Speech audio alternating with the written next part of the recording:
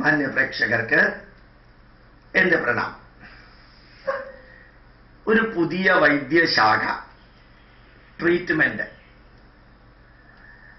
അത് എല്ലാ വൈദ്യശാഖകളെയും എല്ലാ ചികിത്സാ സമ്പ്രദായത്തെയും ഒരുമിച്ച് ചേർത്തിട്ടുള്ളതാണ്. അതിന് NAT എന്നാ പറയാം. നിങ്ങൾ അമേരിക്കയിലെ പല റോഡുകളിലൂടെയും കാറിൽ പോവാണെങ്കിൽ പച്ച ബോർഡുകൾ കാണാം. NAT സെന്റർ എന്ന് പറഞ്ഞ് ആരോ കൊടുത്തിരിക്കുന്നത് കാണാൻ സാധിക്കും. ന്യൂയോർക്കിലും വാഷിങ്ടണിലും ഒക്കെ നൂറുകണക്കിന് സെന്ററുകളുണ്ട്. NAT എന്ന് പറഞ്ഞാൽ new age therapy. New age therapy എന്നുള്ള ആ ചികിത്സാ സമ്പ്രദായം ഉണ്ടായത് ചരക സംഹിതയിലെ ഒരു വരിയിൽ നിന്നാണ്. ശരീര മനസോ യോഗ പരസ്പരമനുവ്രജേത് ആധാര ആധേയ ഭാവേന തപ്താജ്യ ഘടയോരിവ. അതിന്റെ അർത്ഥം ഇതാണ്: ശരീര മനസോ യോഗ പരസ്പരമനുവ്രജേത്. ശരീരവും മനസ്സും പരസ്പരം കോംപ്ലിമെന്ററി ആയിട്ട് ഒരുമിച്ച് പ്രവർത്തിക്കുന്നു. ശരീരവും മനസ്സും പരസ്പരം കോംപ്ലിമെന്ററി ആയിട്ട് ഒരുമിച്ച് പ്രവർത്തിക്കുന്നു. ആധാര ആധേയ ഭാവേന. ശരീരം ആധാരവും മനസ്സ് ആധേയവുമാണ്. ആധാരത്തിൽ ഇരിക്കുന്നതാണ് മനസ്സ്. തപ്താജ്യ ഘടയോരിവ.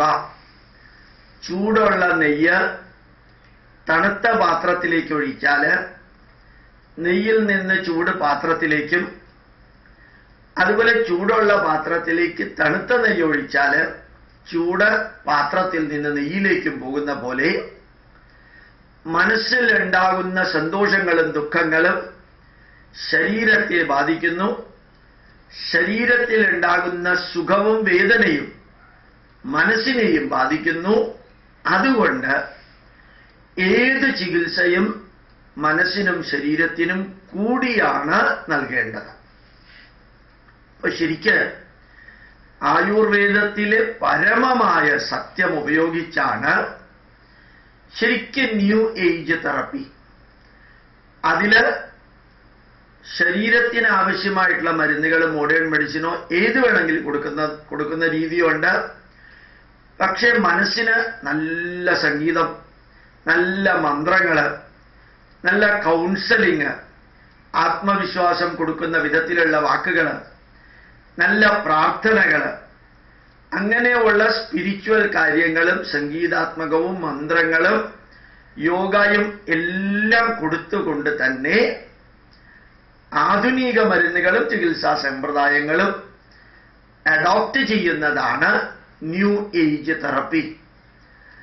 ഇത് ഭാരതത്തിന്റെ സംഭാവനയാണ്.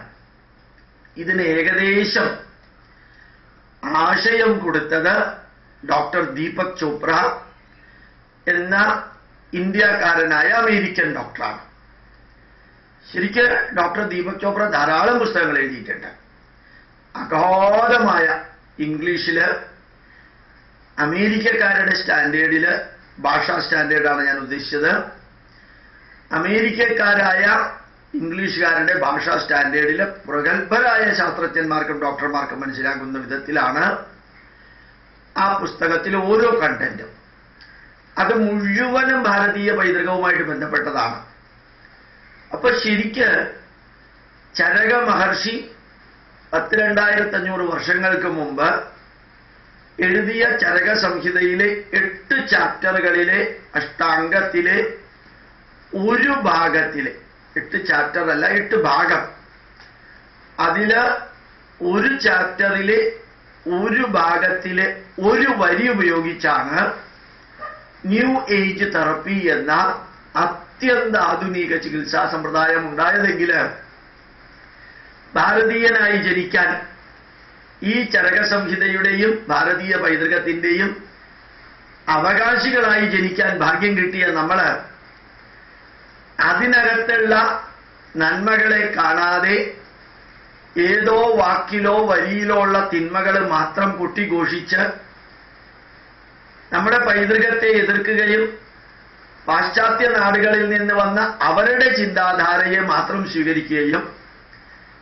പാശ്ചാത്യ നാടുകളിൽ നമ്മളുടെ പൈതൃകം സ്വീകരിക്കാൻ അവരും മുമ്പോട്ട് വന്നാൽ അവരെ കൂടി അവഹേളിക്കുകയും ചെയ്യുന്ന വിധത്തിൽ കുറേ പേര് പ്രവർത്തിക്കുമ്പോൾ എനിക്കും നിങ്ങൾക്കും ചെയ്യാനുള്ള ഒരു ദൗത്യമുണ്ട്. നമ്മുടെ രാഷ്ട്രത്തിന്റെ നന്മകള് ലോകത്തിന്റെ മുമ്പിൽ പഠിച്ച് പഠിപ്പിച്ച് പ്രചരിപ്പിച്ച് പ്രവർത്തിച്ച് പ്രതികരിക്കാൻ സാധിക്കാം. അത് പ്രത്യേകിച്ച് ക്രെഡിറ്റിനോ അവാർഡിനോ സർട്ടിഫിക്കറ്റിനോ ബൊക്കേക്കോ പൊന്നാടയ്ക്കോ വേണ്ടി ആവരുത്.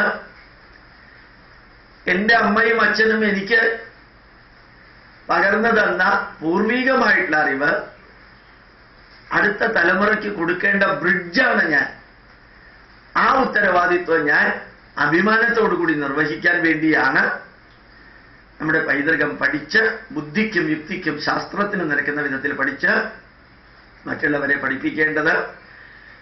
അതിൽ കുറവുകളുണ്ടെങ്കിൽ നികത്തി, തെറ്റുകളുണ്ടെങ്കിൽ തിരുത്തി, ആധുനികമായ നന്മകൾ സ്വീകരിച്ച് നമുക്കത് പഠിച്ച് പഠിപ്പിച്ച് അഭിമാനിക്കാൻ നമുക്ക് നമ്മുടെ കുടുംബാംഗങ്ങൾക്കും നമ്മളുമായി ബന്ധപ്പെട്ടവർക്കും സാധിക്കട്ടെ എന്ന് പ്രാർത്ഥിക്കുന്നു. പ്രണാമം. നമസ്കാരം.